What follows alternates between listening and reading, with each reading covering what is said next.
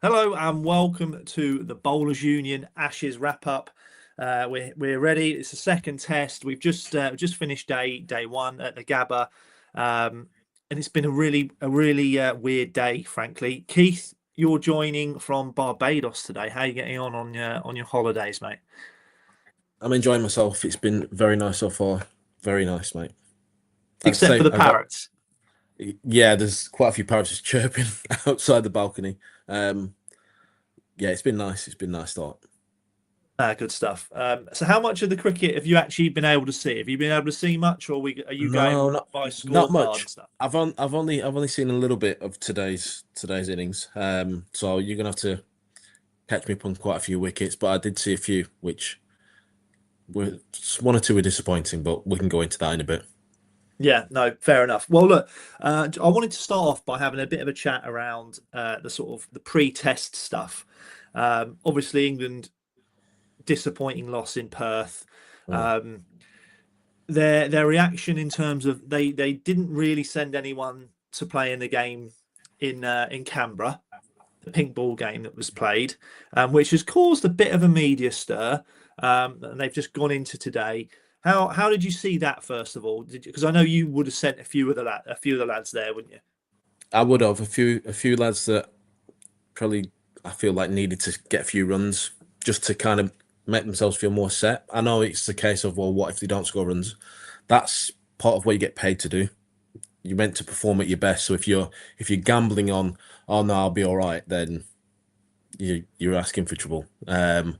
So yeah, I feel like there should have been a few more that played, but it is what it is. Fair enough. Fair enough. I sit somewhere in the middle. I get the argument that actually runs in the middle do ultimately make you feel amazing. Don't all wickets in the middle, any of that is ultimately better than nets. However, apparently the sort of level of competition wouldn't have been kind of anywhere near what they need. So I guess that's their argument. So I can kind of see both sides on this.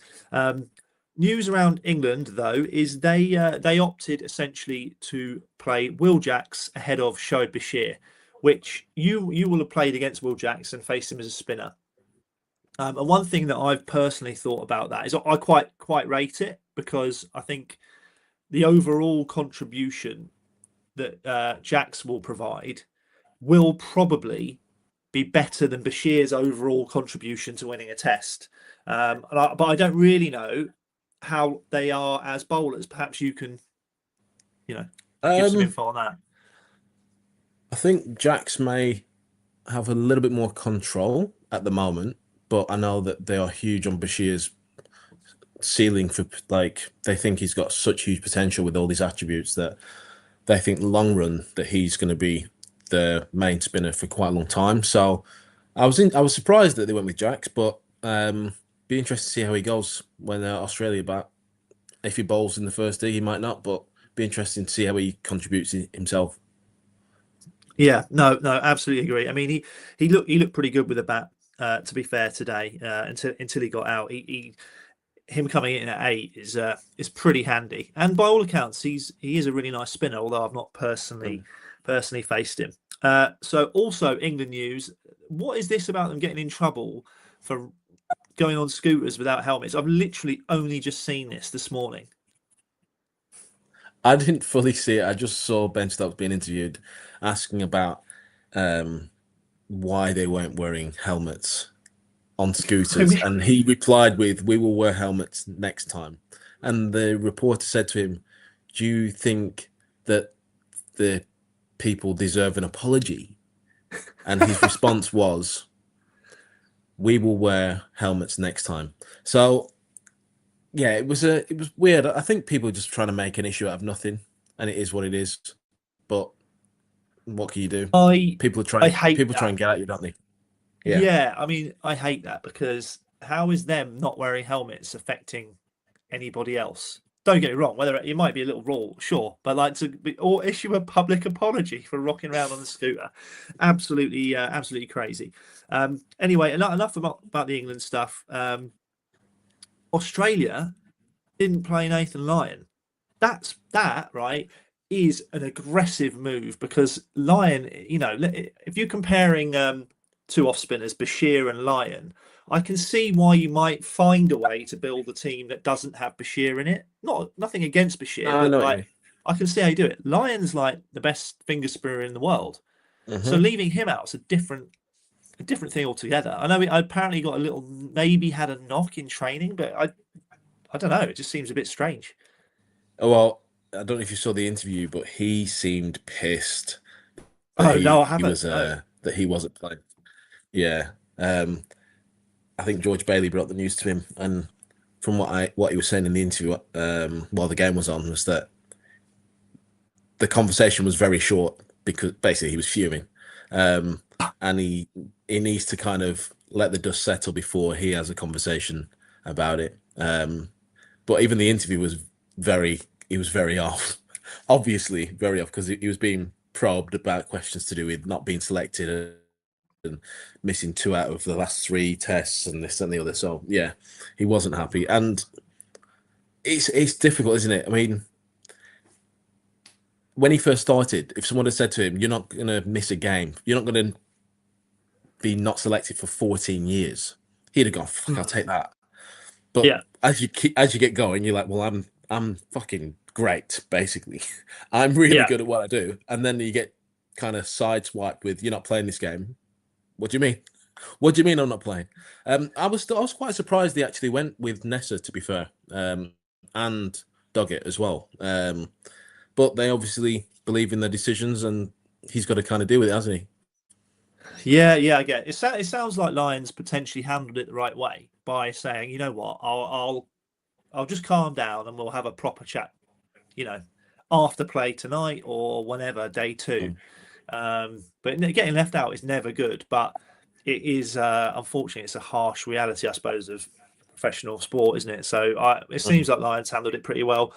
I mean, I don't think they're a better side for having him not in it. I have to say, Mm. I really don't. I agree with you. I would have potentially just had the same bowling lineup and just brought Inglis in for Kawaja. See, your mate got some runs today.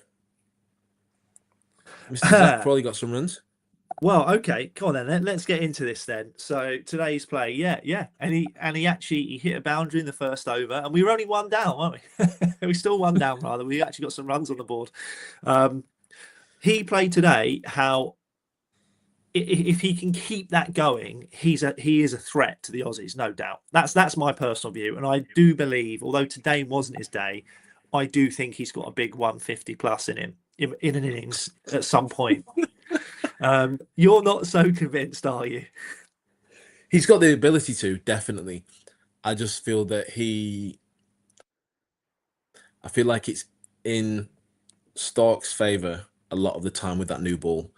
I know the pink ball is a little bit different, but I think with a red ball in his hand, I feel like it balances more in Australia's favour to get him out early. Don't be wrong, it almost seems if he's able to get past each bowler's first spell, he's in for a big one or a Yeah, good score. But that, let's say every bowler bowls 5 overs spell, he's got to be in after 20 overs, which he's got. What I think the stat was, what, 40% of his 40% of the times he's got out have been single figures, so it's quite hard to see him last more than 20 overs. Do you know what I mean? That's where I question no, if your stats are going to be right or not. yeah, no. Look, fair enough. I have had to hold my hand up because a few people who've listened have basically kind of every time I go to leave a room, if they listen to the show, they've been like, "Oh, nice prediction, by the way," and I'm like, "Oh yeah, thanks." But again, like you've said there, he has the ability to just completely reverse that in one innings. I Mm. swear. What I will say, Stark, what on the money again in that his first over was unbelievable. So I set the alarm 4 o'clock, and I was like, oh, okay, and he is on it, and obviously nicked off Duckett with a good ball. I know the media were like, oh, loose rubbish shot, and it's like you know, left arm away swing at a left hander. It's not Mm. yeah, I don't know. I'd leave Duckett alone, to be totally honest. I mean, with Duckett, because Duckett plays at most balls, it's actually a good ball to him because he can't go after it and he's going to defend because he wants bat on ball. So it's a very good ball for me. To Duckett, To a normal batsman, it's just a leave ball, but Duckett, it's a nick-off delivery. Yeah, yeah, and I think don't get me wrong, there's a category, isn't there, of like shots that are definitely bad, but I feel like there is that place in between where good bowling induces those little errors. And I haven't seen a left-handed bat ever not nick off to a left arm over the wicket bowler that shapes it away. Like that's No. that's paid your mortgage for however long, isn't it? Frankly, like you just nick. It's the truth. Yeah. Lefties find it extremely tough to play. And credit to Stark there for being on it. But then you're not happy with Pope though, are you? You're not happy with Pope. No, He's in good I'm form, not. and he's. I'm not because you get out that way when you are in bad nick, and he's in good form. So, like we talked earlier about playing that next game, I know you can say, "Oh, the standard wasn't going to be up to scratch." You're still out there facing bowlers, so I would have personally liked him to keep his form going. I'm not saying now he's out of form, but it just that seed can be dropped of just doubt of is he still in form or not. He's going to be looking to try and score one or two player misses. How's he come about that? Little chop on earlier innings before. There's more pressure on him, and every time he just turns his head, Chris, there's a little Jacob Bethel just looking over at him. I feel with the England selectors waving as well. I'm trying to think. There must be a meme around that with like in Yeah. the background, like someone. Yeah, yeah, true. He's got Bethel over, looking over his shoulder. Although you could argue the same with Harry Brook at the minute. Now Brook is an unbelievable player, but again, he probably won't love his dismissal today.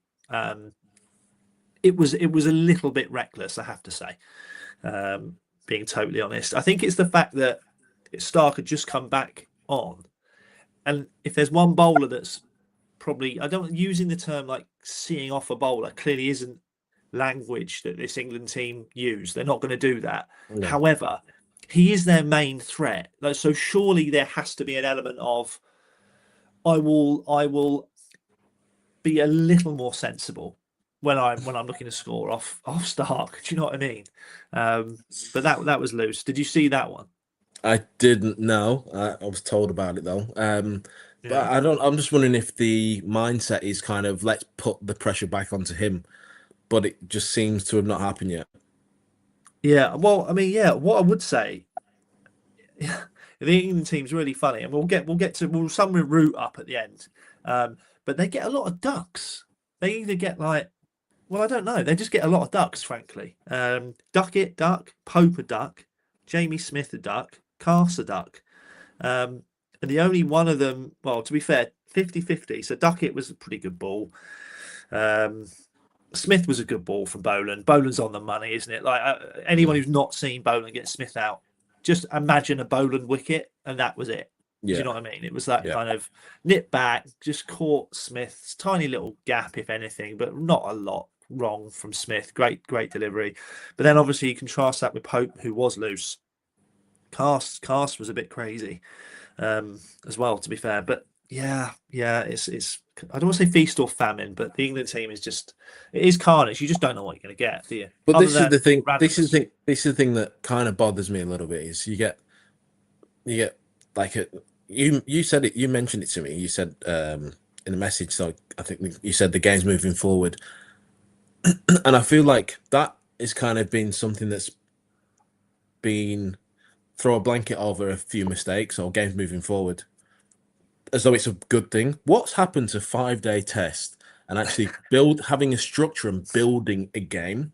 The game moves forward like days 3 and 4 for a finale day 5. Yeah. The last test, games move forward, game's finished. What do you mean? Can we have it's like new build houses, just that wasn't up there yesterday. Now it's built. It's not solid. It's going to be a bit wonky and everything else. This is the cricket we're playing. It's like new build houses. They're just up and there, and that's it. They're not stable at all. No, it is crazy. By the way, if you can hear any background noise, I apologise. I'm still having my windows done. I think today is the last day, so that's going to be pretty good. Okay, so route. Let's talk about route. we both called it. He'd get his 100. I think everyone knows he's going to get his 100. The Aussies insist he's not great until he gets 100 on their turf, and he's done it now.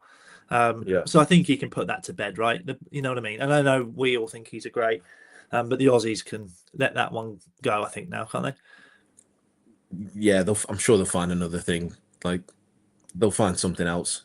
They'll say that he's still not as good as Smith or something like that. There'll be some sort of debate they'll have. I'm glad for him. I do think there's another 100 there. I did say to you, he's not just going to do it once. I think he'll do it again. He's just world class, isn't he? As simple as that. I know the pressure's been on him for a while to do it in Australia, but I feel like he was always going to do it.